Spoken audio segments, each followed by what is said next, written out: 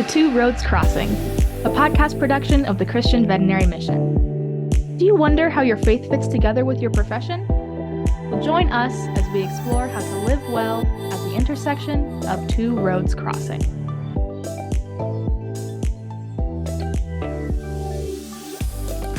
Well, hello and welcome to Two Roads Crossing. My name is Barry Schwenk. I'm a veterinarian, a pastor, and your host as we explore the intersection of faith and veterinary medicine. Hopefully you were able to join us last week as I was joined by Heidi Janecke, and Heidi is back again. Hey, Heidi, how are you? Good. We have been having a conversation discussing what's on the other side of veterinary medicine within CVM. Heidi and her husband Bill and their family were long-term field workers with CVM in Bolivia for 17 years. And Heidi is not a veterinarian. You just have the halo from being married to one. Right. Is that how that goes? Yeah, sure. Part of when we think about CVM, and I've had lots of conversations with veterinarians in various locations at CE conferences and training seminars and things like that, who talk about missions as being kind of on their heart, but they have a non-veterinary spouse who doesn't quite understand what their role would be like working with CVM internationally. So I really appreciate you joining us. And in the last time we were together, we talked about your a little bit of your journey to get to that place.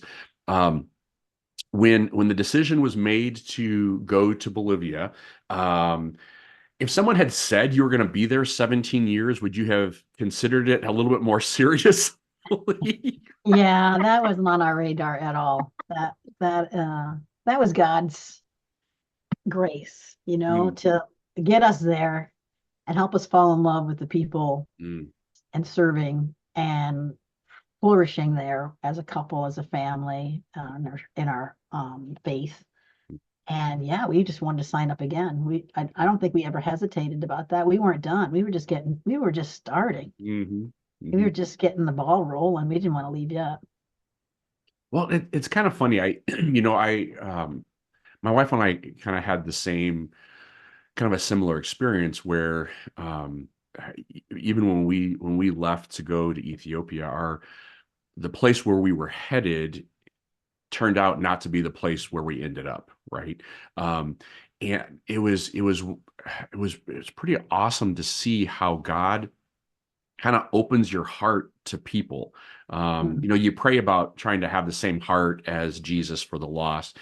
And I think that honestly, if God ever gave you the fullness of his heart, you would explode, because there's no way that you could handle all that. But every once in a while, he gives you a little taste of it, and just really burdens you and just fosters this love of people. When you decided that you were going to go to Bolivia, there wasn't that initial, was there this initial, we've got to go to Bolivia, this is the place, God's heart is open for us? Or what was the emotional and spiritual connection or your thoughts prior to going to Bolivia about the people there? Well, Barry, let's back up, because we had to take a map out. Like, Bolivia, where exactly is that? That's right. And they speak Spanish. Well, that's good. Okay, Spanish sounds good. We could do Spanish. We were 40. We're in our 40s. We were just. My Bill wasn't quite 40, but it's hard to learn a language. Period. And so when you're 40 years old, it's like that's kind of overwhelming. That was a big part of the scariest part, probably, is thinking that we could be successful because we were willing to learn the language. But then once you learn a language, you realize. It's funny, you meet people that say, "Oh yeah, I speak Spanish." It means they can order on the menu. Right. They don't know a heart language. They don't understand. There's 14 tenses in Spanish. I was lucky if I could navigate 3. It's not easy. And I don't even know what a tense is. So past, present, future. So it's not, there's lots of things that you don't realize what's going to be hard until you actually get there. Yeah. Well, and you mentioned, just that separation when when you all were on the plane headed over, kind of the tears and the emotion that goes into it. I, it's really hard to explain to people who haven't experienced it, because there's a sense of grief in the separation from what you know, Mhm. but also there's this joy of anticipation at the same time. Sometimes you feel a little bit guilty about leaving, moving towards that other thing. How did you cope with that initially, um, during that transition, like the plane? Because how long was that plane ride down to Bolivia? Oh, it's long. You have to get to Miami, and then from Miami to Bolivia's like 7 hours, so Okay. 10 hours probably altogether. So if you were crying the whole time, you were No, dehydrated no. when you got there. I probably exaggerate that a little bit, maybe a good hour, maybe an hour. And David was 100% like, oh, this is fun. This is cool. And Holly was a little sad, but then, we prepared. We're Yeah. grown-ups. We had to prepare our children. So we had like activities and Mm, talked about fun things we could do, taking pictures. Back in the day, you had like little, a right. camera. Yeah, That's a real thing. That's not on your phone. yeah. So little fun things like that, just anticipating, and having the kids write a journal. I wrote Mm, a journal. mm, And CVM was wonderful because when we arrived in Bolivia with our boxes, you could bring like 3 boxes per person. So we have these big Rubbermaid tubs, and mm, each kid got to pick out whatever they wanted to bring in their tub. mm. And so the hard part was for us, like, what don't you want to take with Right, you? What do you think you're going to need, what you don't really know? Because you just don't know. right, And so, and we would pester other missionaries on the field, like, what do we need? What do we should right. we have? Blah, blah, blah. Try to bother people. And they're like, oh, you don't need much. This, and that. I'm like, you're crazy.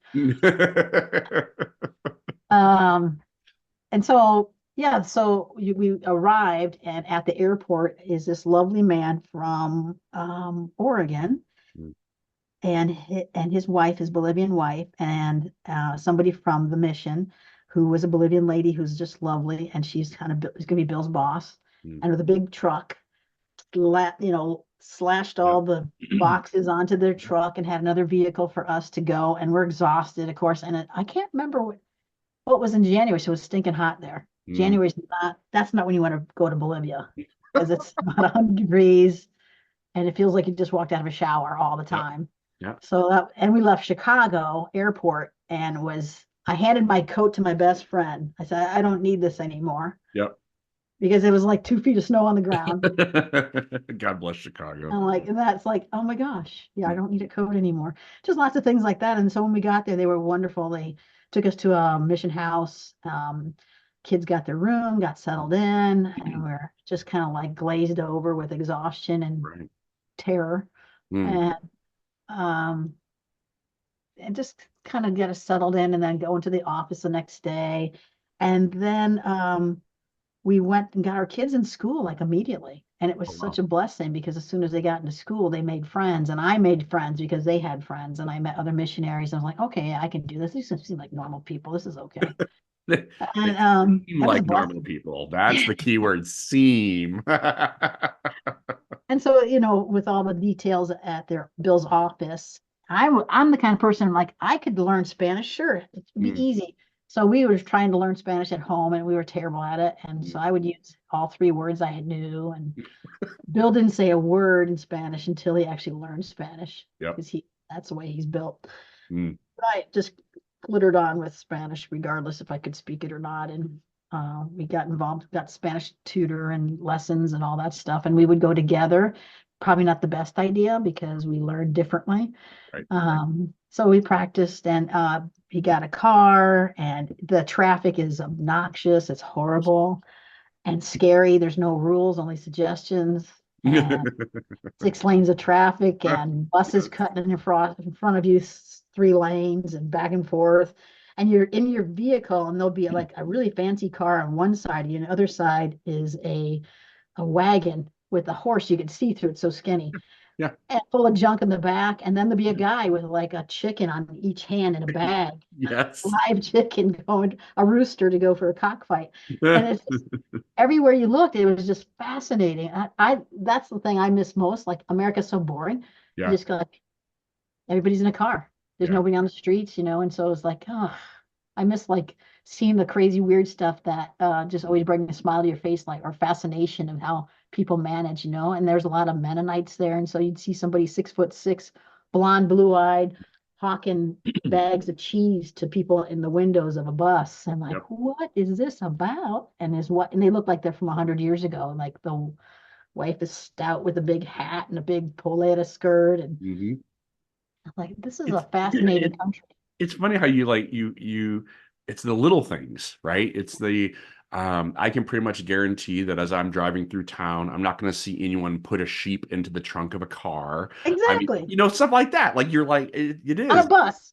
Yeah, you're right, exactly. I'm like I've sat holding people's livestock in a bus before. I've gotten off of, a bus ride with a lot dirtier than I had intended being in there because of what I was holding and things. And yeah, no, it takes a little bit of the salt has been removed from the country. That's for sure. Yeah, Well, it's fun though. so I mean, to me, that was just I just loved all the diversity and the interesting mm, ways of ingenuity mm, and intelligence. You know that when you meet people and they never went to school, they can't write or read, but they're so smart. You know, yep, they just know so much. How do they survive right. on nothing because they have no money? It's so poor there.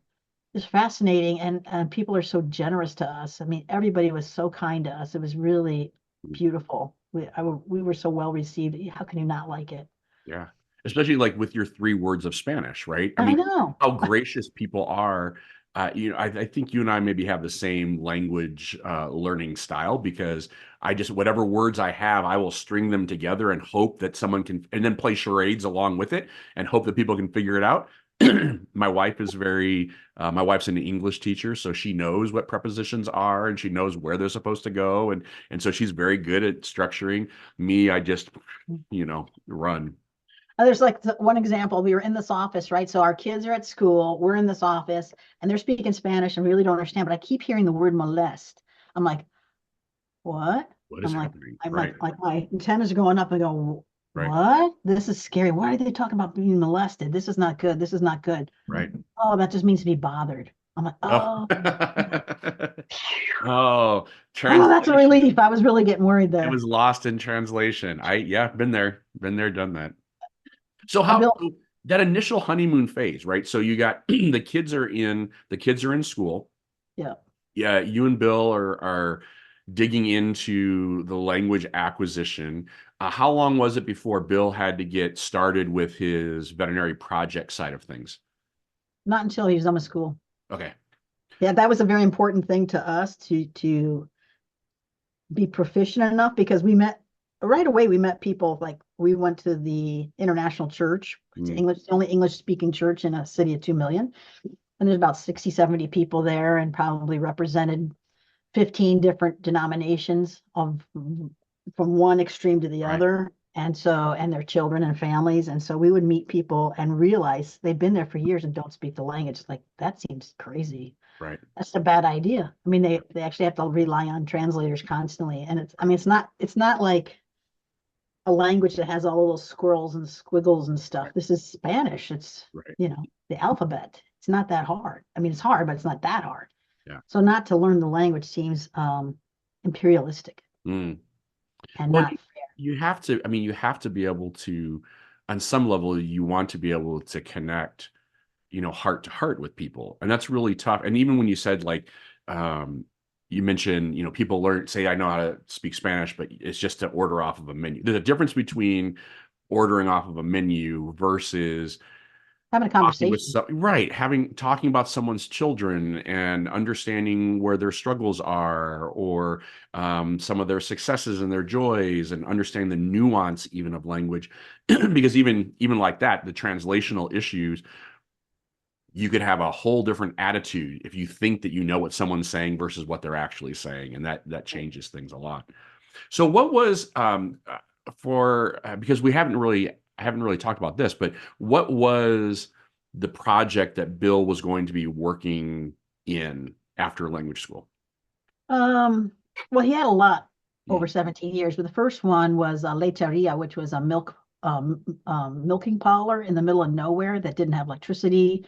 And so this project was started and it kind of lost momentum and they were trying to work it out with microcredit loans and things like that. There's some other components and other people that were involved in the project, and they were missing the veterinary portion of that. And so that's what his role was going to step into that. I believe that's the first project he had.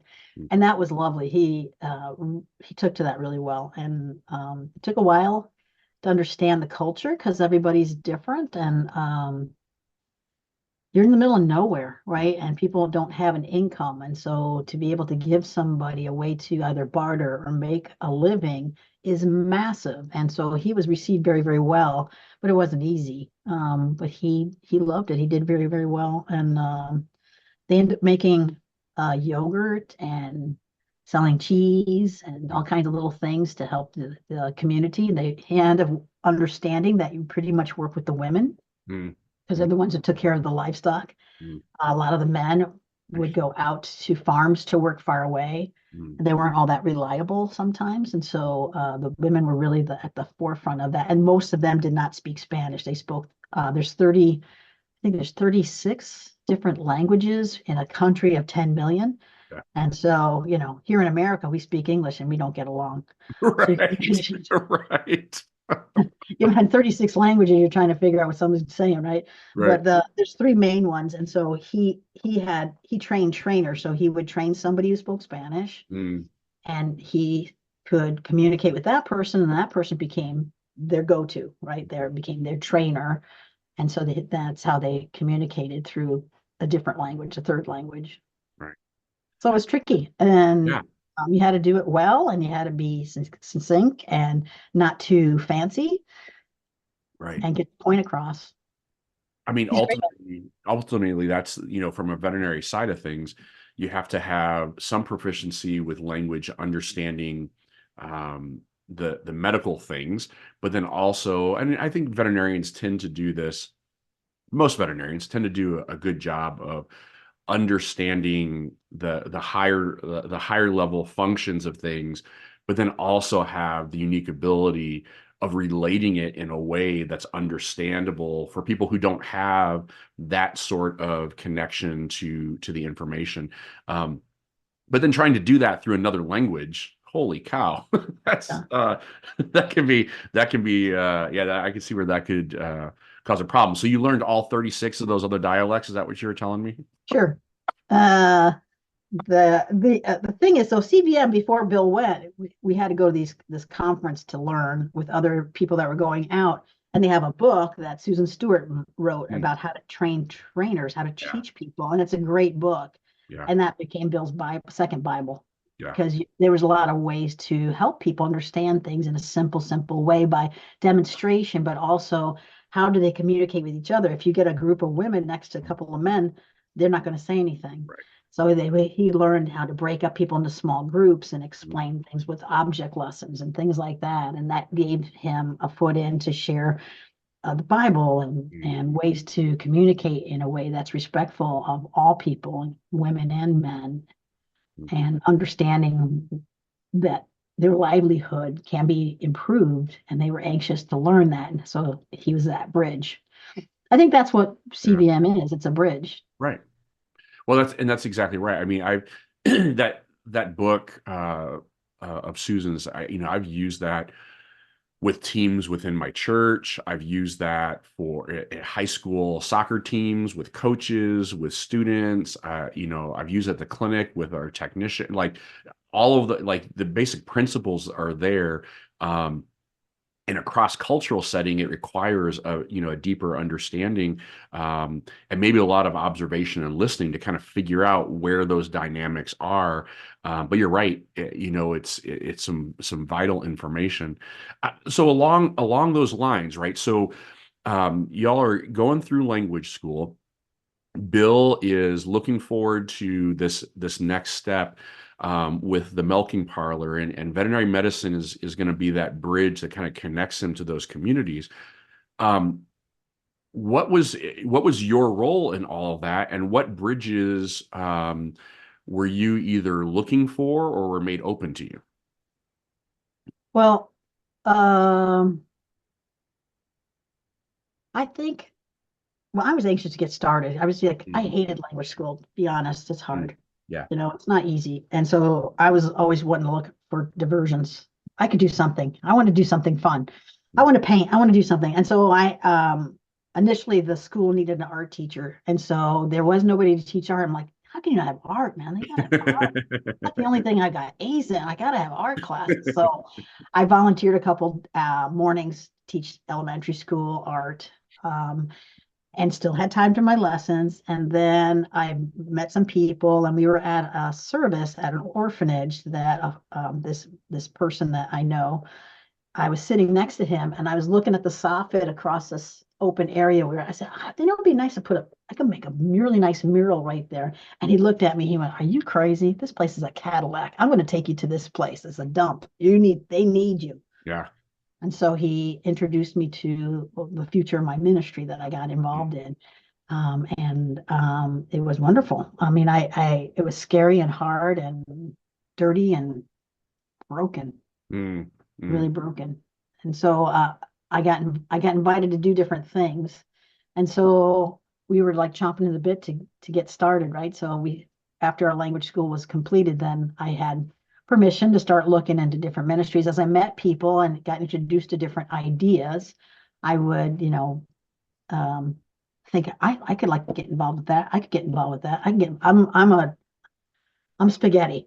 I see opportunities. I want to oh yeah. I You're want to all help over with the that. place. I want to help with that. And I want to help with that. I'm not just a one trick pony. I like to do lots of different things. So I was anxious to get started.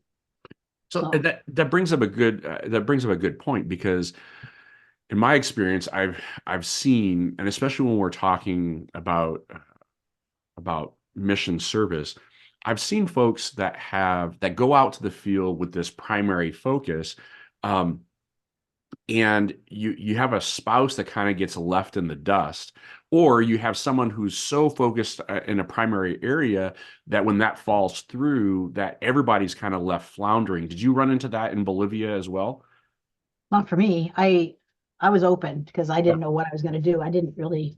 When you were in a developing world, and 3 boys jump on the hood of your car to clean the windows, Right? They're starving, and they're snorting drugs if you give them money. And so we started carrying food in the car, bananas, and they would see our car come to the stop, and they would run to our car because they knew we'd get something to eat. Somebody would smile at them, talk to them. I'm like, look at this. This is a ministry. And we met people that work with street children, and then we met people that work with other orphanages and other programs, and like, there's all kinds of things that you could do. Why would you just say, I only do this one thing? Right. Kind of short-sighted. You miss that you miss that opportunity, and that's part of what, with CVM. When you think about CVM, a lot of people can get hung up on the veterinary side of things, and I've had lots of folks, when I was working as a region rep, would talk to people after even short-term missions. And it's remarkable to hear. I would get a report from 2 different people on the same trip. One would say, oh, this was the best trip ever. We got to spend time in people's homes and to visit and to talk. I got to share my testimony. I got to pray with people, got to visit the schools, et cetera, et cetera. And then you talk to someone else who has the exact same experience that will say, we went in order to, vaccinate 200 dogs, and the truck broke down. We couldn't even get there and do the vaccines. It was just a complete waste. It was a complete, and you have 2 people have the exact same experience, but because they're looking at it from 2 different perspectives, you miss out on that opportunity. And yes, CVM may very well, the veterinary side of things may very well have taken you to Bolivia, but I really appreciate your willingness to kind of keep your eyes open, because that wasn't the end all of what God had in store for you in Bolivia. And that how, when you initially started looking around, how overwhelming was that for you to see that kind of need everywhere that you looked? Yeah, that was heartbreaking because these kids are snorting shoemaker glue. Oh. And it messed their minds up, and they're like 8, 10 years old, and they're just laying around the grass like puppies. We're in language school, and I asked our tutor, can't we just go like to a park? I'm just getting so bored of just sitting in this repeating stuff over and over. I'm just not very good at sitting still. And so I said, oh yeah, we could do that. So we went to this plaza front of this grocery store, and it's right in the middle of town, across from a movie house. And we get there, we're on a park. I'm like, all right, this is gonna be more fun. Okay. And then I look around, and there's these children laying in the grass, sleeping. Yeah. One with a baby, and she comes up to beg, and she wants money, and her eyes are all glazed over, and she's like 14, and she's carrying this baby, listless little baby. I'm like, oh my goodness, this is. So she takes the glue cup and puts it to the baby. Mm. Oh my gosh. I was like, I can't focus on Spanish. Right.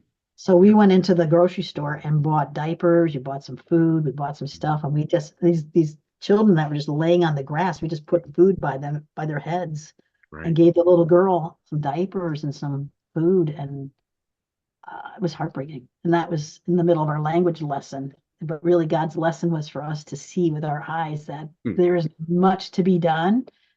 And let's get started. It always amazes me when people will say things, well, I just don't know. I don't know what to do. And yet, if you just open your eyes, God provides those opportunities. And again, he's gracious enough to break your heart in the right places, to move you to action. And for CVM, veterinary medicine may be the initial draw, but it's very rarely the end, the end result. There is so much more, because he takes you to the place of, he leads you through that grief of separation from home and family. He takes you to a place that's completely foreign, where you can't speak. You're not in control of so many things. You learn to depend on him. Your faith gets stretched and pulled. And then when the time is right, he opens your eyes to something. God never asks you to take Jesus someplace, because Jesus is already there. And the role for us is to join Jesus where he's working, so that the eyes of the people that we are serving are open to him as well. So I appreciate that in your story. So this next thing, we could probably record 52 episodes. But this next stage where God opened this door for you to connect with an orphanage ministry. I want to spend an entire episode talking with you about that. And so, even though our time is up today, I appreciate you sticking around to have one more conversation with me. And hopefully for you that are listening, look, you don't always have to have a plan. Things don't always have to go according to plan. God doesn't need anything from you. He just desires for you to join him where he is at work. And that's the blessing right there, is if you just learn to open your eyes to his will, to the movement of his spirit among the lost and among the people that he so desperately loves. That's how we learn how to live well at the intersection of two roads crossing. Amen.